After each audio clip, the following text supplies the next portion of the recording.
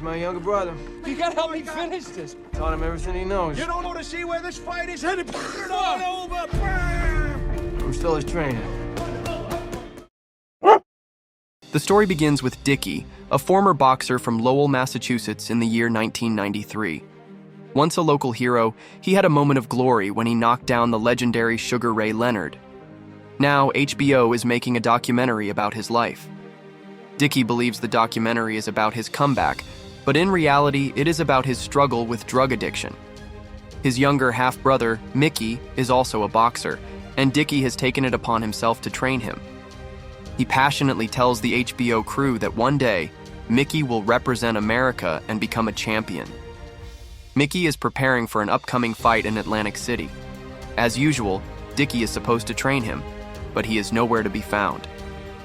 Micky waits at the gym, growing frustrated. The HBO crew records everything, including the moment when a retired boxer, now a police officer, steps in to help Micky train. Micky's mother, Alice, who also manages his career, is furious. She insists that only Dicky should be training her son, and she doesn't want HBO filming anything without Dicky there. Meanwhile, Dicky has been up all night, getting high with his friends. He wakes up late and panics when he remembers that he was supposed to train Micky. He runs through the streets to the gym, but by the time he arrives, the training session is over. The HBO cameras capture his reckless behavior. The whole town knows about Dicky's drug problem, but Micky still believes in him. The day of the fight arrives. The entire family is waiting at the airport for Dicky, but he doesn't show up. Micky realizes that his brother is probably getting high again, so he and his parents drive to his friend's house to find him. When Dicky sees them waiting outside, he feels embarrassed. Micky tells him that despite everything, he still needs him. He believes that one day, Dicky will overcome his addiction. For now, he just wants his brother by his side. When they reach Atlantic City, Micky receives bad news. His opponent has fallen ill and won't be able to fight. Instead, he must face a new fighter who is 20 pounds heavier than him. Micky is hesitant, but his mother and Dicky convince him that the new opponent is out of shape and recently released from prison. Micky agrees to the fight. However, when he steps into the ring, he realizes that his opponent is not only in shape, but also much stronger than him. The fight is brutal.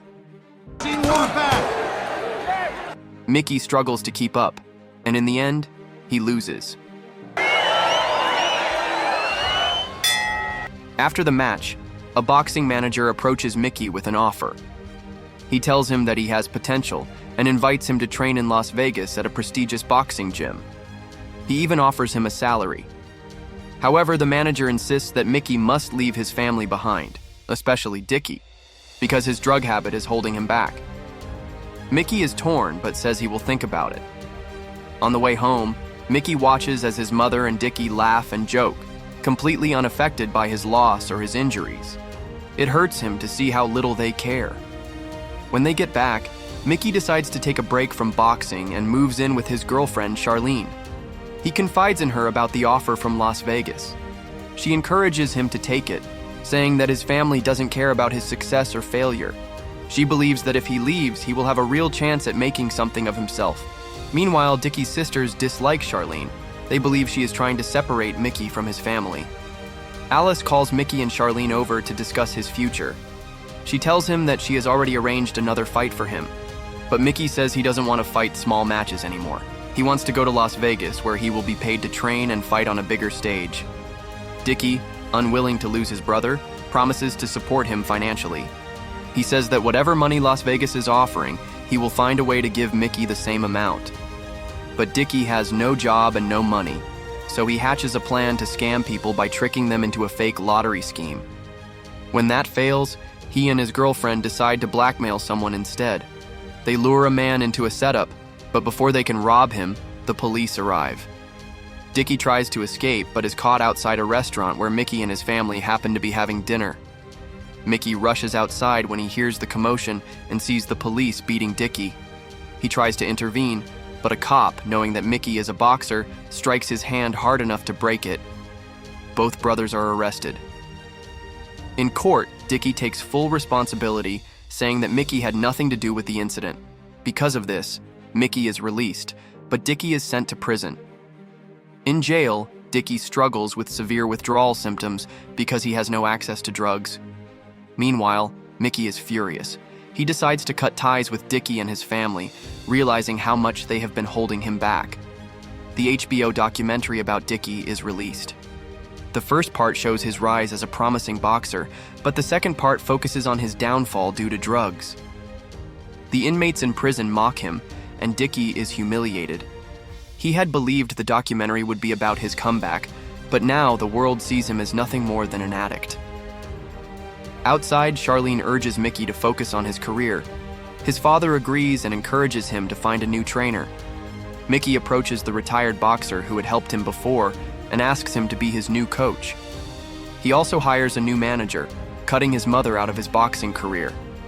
With his new team, he begins training seriously. Slowly, his broken hand heals, and he starts winning fights. Huh? I know where she lives. What are you picking on her for? She lives in that yellow house on Steve. Dicky, now sober for months, is still in prison. One day, Micky visits him. He tells him that his next fight is against a famous Mexican boxer. Dicky, who has studied the fighter's style, gives him advice. Don't attack first. Let him get tired, then strike. But Micky refuses to listen. He tells Dicky that he is no longer his coach and walks away. The night of the fight arrives. The Mexican boxer is powerful, and Micky struggles in the early rounds. He remembers Dicky's advice and changes his strategy. Instead of attacking, he lets his opponent exhaust himself. Everyone watching thinks Micky is losing, but Dicky, calling from prison, tells their mother that Micky is actually winning by wearing his opponent down. In the later rounds, Micky sees his chance. He launches a series of punches, knocking his opponent out cold. He wins the fight. With this victory, he qualifies for the World Championship in London. Dicky is released from prison and immediately visits Micky at the gym. But when he offers to train him, Micky refuses, saying that he has already promised his new coach that he would stay with him. Dicky is heartbroken, but Micky's mother convinces him to give Dicky another chance. She tells Micky that his brother has been clean for 8 months and truly wants to help him win. Micky decides to let Dicky train him again. However, his girlfriend and coach are furious when they find out that he had visited Dicky in prison. Feeling betrayed, they walk away. Frustrated, Micky takes his anger out on Dicky during training, beating him badly. He tells his mother that because of Dicky, the people who actually cared about him have left. Later, Dicky goes to the spot where he used to do drugs but doesn't relapse. Instead, he gives a cake to his old friends and walks away. He visits Charlene and promises that he has truly changed. He will never let his addiction harm Micky again. Charlene forgives him, and she and Micky's coach return to support Micky for the biggest fight of his life. The World Championship fight in London begins. The crowd is against Micky since he is fighting a British boxer. The opponent is experienced and dominates the early rounds. Micky struggles, but he refuses to give up. By the 6th round, he is knocked down, but he gets up before the count reaches 10. During the break, Dicky reminds him that he always dreamed of being a world champion, but never achieved it. Instead, he dreamed of training Micky to be the best. Now, Micky has the chance to fulfill both of their dreams. Determined, Micky comes out strong in the next round. He goes on the attack, landing punch after punch. Finally, he delivers a knockout blow, winning the world title. The film ends with real-life footage of Micky and Dicky recording another documentary, one that celebrates their success.